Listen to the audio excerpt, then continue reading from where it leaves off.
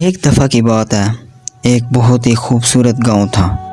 اس گاؤں میں دو جڑواں بھائی رہتے تھے۔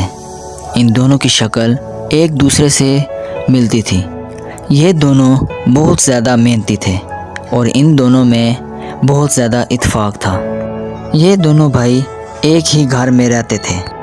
ان کے پاس اپنی زمینیں تھیں جن پر یہ کھیتی باڑی کرتے اور طرح طرح کی فصلیں اگاتے اور پھر ان فصلوں کو بیچ کر ان سے جو پیسے ملتے اس سے خوشی خوشی گزارا کرتے۔ پھر جب یہ دونوں اپنی زمینوں میں کام کر رہے تھے تو انہوں نے دیکھا کہ اس فصل کے نیچے کوئی چیز چمک رہی تھی۔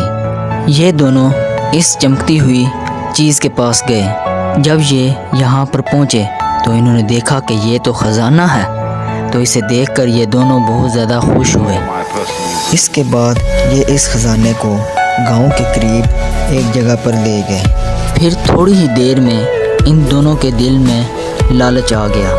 پھر ایک بھائی کہنے لگا، یہ سارا خزانہ میرا ہے کیونکہ اس پر پہلی نظر میری پڑی تھی۔ اور ساتھ ہی دوسرا بولنے لگا، نہیں، یہ خزانہ میرا ہے کیونکہ اسے میں نے نکالا ہے۔ پھر پہلا بھائی کہنے لگا، اسے نکالنے میں میں نے بھی تو مدد کی ہے، اس طرح یہ خزانہ تو پھر میرا ہوا۔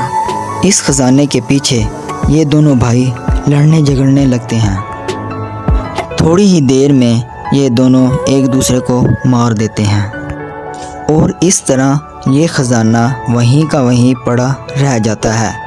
اس طرح یہ دونوں بھائی ایک دوسرے کو خزانے کے پیچھے مار بیٹھتے ہیں اور ان دونوں بھائیوں کے ہاتھ کچھ بھی نہیں لگتا۔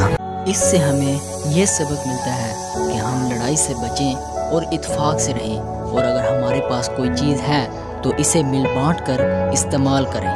چیزیں مل بانٹ کر استعمال کرنے سے اللہ تعالیٰ بھی خوش ہوتا ہے اور آپس میں اتفاق بڑھتا ہے۔